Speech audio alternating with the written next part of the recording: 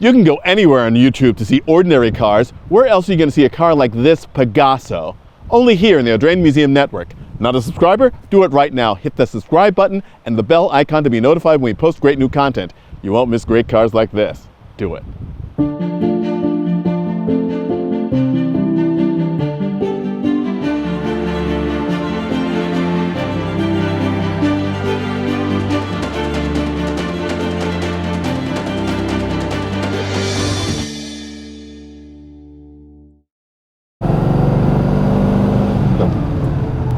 Driving the Pegaso Z102 is always, pun intended, a thrill. And of course, the Z102 thrill is my absolute all-time favorite Pegaso.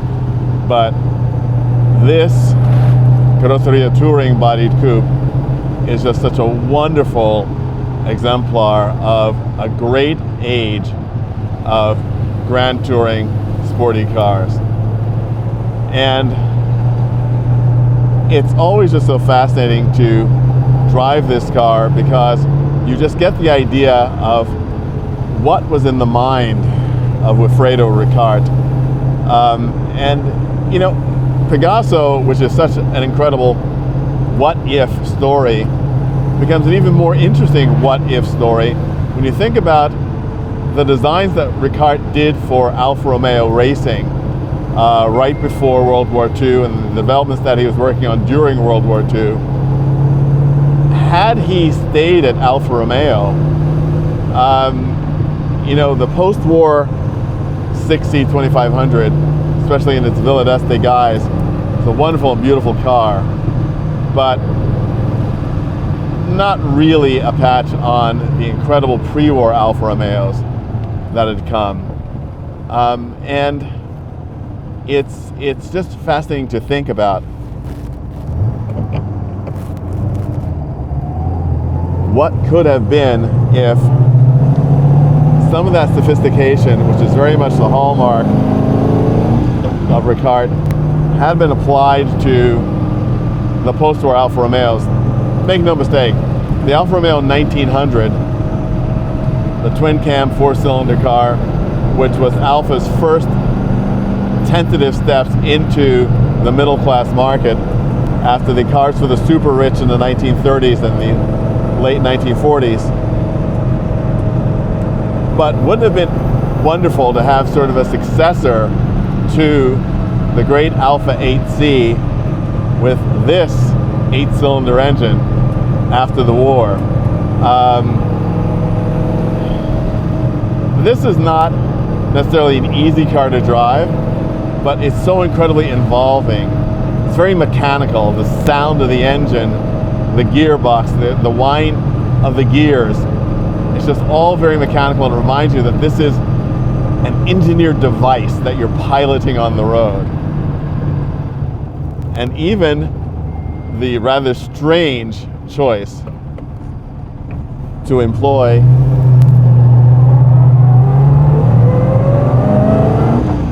this reverse pattern, non-synchro, 5-speed gearbox in a luxury GT car is also somehow so incredibly Wilfredo Ricart. He was a man who was going to do things his way or not at all. It's really interesting reading the story of Pegaso because, of course, yes, it ultimately has a fairly sad ending as the production petered out after 76, 77 cars, something like that. And much like the Tucker story, every one of these cars that Pegaso built were in some way, shape, or form a prototype. All of the custom-built bodies by the best of Italy and France, and even the mechanical specification kept changing as they tinkered with what they wanted to see and what they wanted to do at the factory. So every incredibly lucky owner of a Pegaso got something very special, a very unique piece of art. This car, chassis 0149, has had a very interesting life as well. Very few owners from new. Delivered to its first owner in Barcelona in 1954, who kept it for a number of years before selling it to a very interesting character indeed, an American, Colonel Irving Fogel. And he's a character which literally brings the entire idea of adventure and sports cars to vivid life. While Ian Fleming's fictional James Bond was driving his Bentley and Cubby Broccoli's James Bond was driving his Aston Martin, Irving Fogel, Colonel Fogel as he was when he bought this car, stationed at an Air Force base in Spain, working for the U.S. intelligence services. There was a lot of the U.S. intelligence working in Spain in the 1950s. It was a great place to listen to what was going on behind the Iron Curtain from a country where, let's just say, their ideals and morals were not exactly top class, top drawer, but nonetheless it was terrific for spies. And Irving Fogel was a spy with great taste in cars.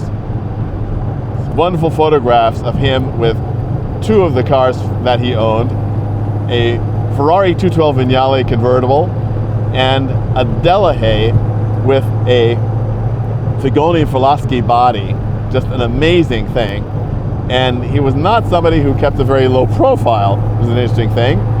After his Army service, he went to Los Angeles and he was the head of a record company. He brought his Pegaso back from Spain, and it was the feature in the salon section of the November 1962 issue of Road and Track magazine. And some things never change. When Fogel shipped the car back from Spain, it sustained some slight damage in transit, which he was in the process of repairing some of by the time the salon feature was shot. But nonetheless, the car was an amazing thing and compelling to another great engineer, Dr. Nicholas Begovic, who bought it from Fogel and began to just do some sort of tightening up on the now somewhat tired but original car that he bought from Fogel. And of course, Begovic started the restoration, which he never finished. Working alongside his friend and longtime mechanic and restorer, Tony Fabozzi, Begovic would work on the car fitfully for over 25 years. And at the time that the Begovic collection was acquired by the Audrain Collections in 2020, the car had been painted, retrimmed, just about all the mechanical work had been done, reassembly had begun, but the process of the restoration had taken so long that in looking to complete the restoration, our friends at Automotive Restorations in Stratford, Connecticut realized that they had to start basically from scratch. The car was stripped down, repainted, the interior was retrimmed, much of the mechanical work was rebuilt. And the result is this wonderful road car.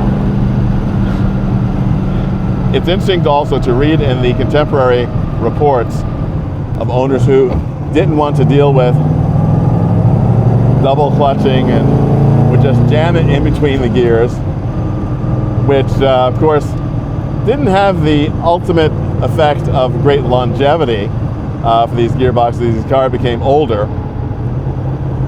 But as the work has been done on sorting these cars, and every Pegaso owner ended up doing the final development that the factory never had the time or frankly perhaps the inclination to do, but as it gets more and more dialed in, the car becomes more and more enjoyable to drive. And the thing that just hits you when you're lucky enough to drive a car like this is, again, the pure mechanical joy of it. This is insanely over-designed. I mean, the rear transaxle, the inboard brakes, things drilled for lightness, everything carefully noted and numbered. The apprentices at Pegaso must have been the absolute best in the world at punching identification numbers into things, because the nuts have identification numbers in them. Every connecting panel has identifying numbers in it, and it's absolutely an astonishing thing. And when you get to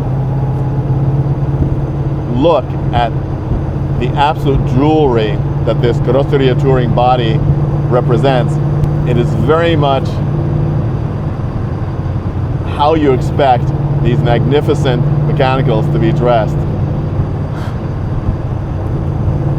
Those of you who watch this network and watch it for a long time or see me on other programs know that I have the world's worst poker face.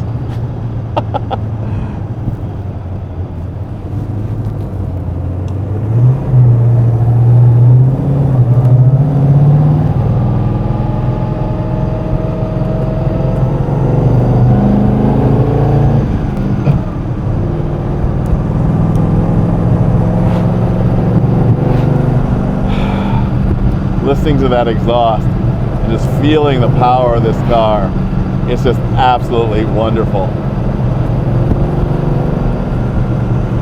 Driving this on the tour for the 2023 Pebble Beach Concours d'Elegance, where this car took a third in a very hotly contested class of Pegasos, was wonderful. Driving it here around home on roads that I can compare how this stacks up against some of the other cars I've driven is really quite a treat.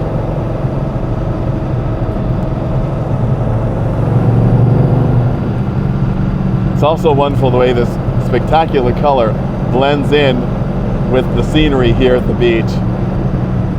That sort of sandy green, it's just wonderful. Absolutely wonderful.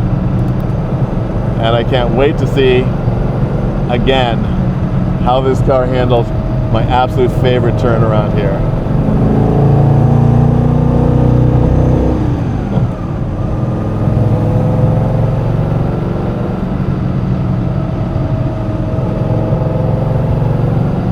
Sitting in these spectacular chairs, looking at these beautiful jewel-like gauges, is just such a treat.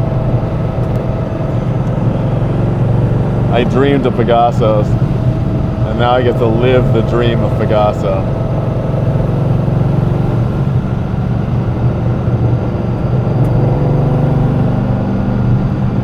Fantastic. Dr. Begovic, thank you so much. This is an amazing thrill.